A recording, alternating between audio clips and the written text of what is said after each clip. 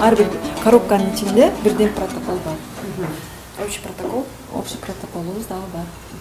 Өзүнчө бул коробкалардын ичинде кайсы тапкада канча кол чогултулган, канча комплектелген бардыгы ичинде бар.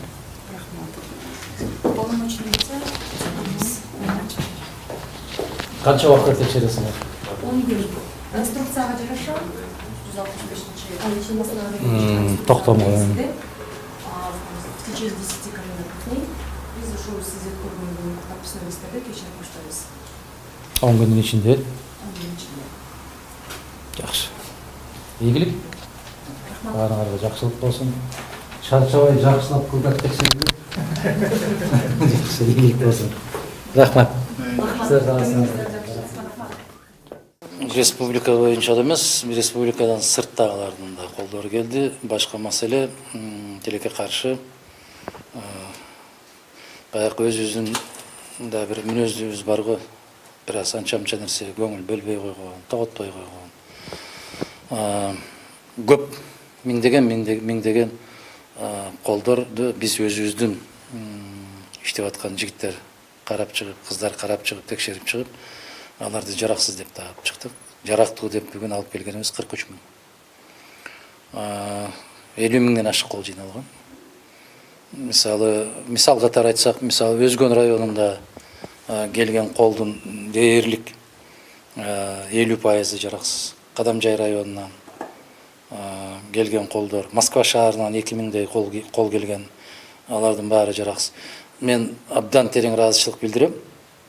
Ошол жердештерибиз, азаматтарыбыз чуркап жүрүп ошого аракет жасашты, бирок баягы талапка көп көңүл бура бербейт да, кээде баягы паспорттун сериясы жазыла турган жерге башка нерсени жазып коет, паспорттун сериясын башка жерге жазып коет. Кемпир чалдар болгон болсо, алар көзүм жетпей атат, сен кол коюп, же болбосо сен менин фамилиямды жазып кой деп ушундай суранган учурлар болот.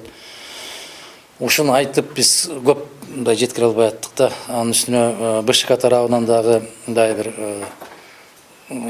эч кимге кереги жок көрсөтүүлөрдү жасашып атпайбы. Кеч келе сайрап атат. Ошондон көрө ушул убакытты БШКга берип коюп, колдор кандай толтурулат. Жок дегенде 3-4 жолу нускама катарында баягы жаны тынбай сайрап аткан КТР аркылуу, ЛТР аркылуу берип койсо, ушул элге пайда болмок да.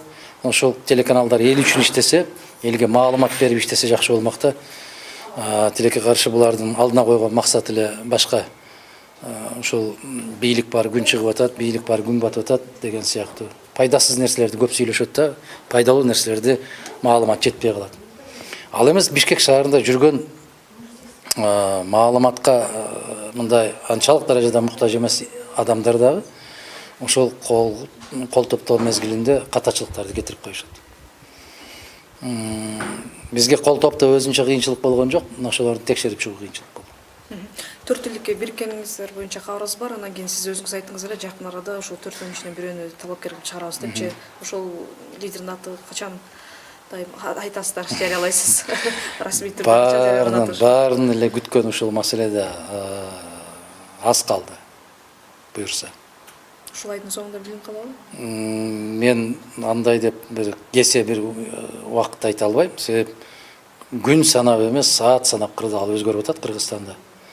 Ошол кырдаалга жараша кандай талап коюлуп турса азыркы заманда дал ошол талапка жараша жооп беришибиз керек.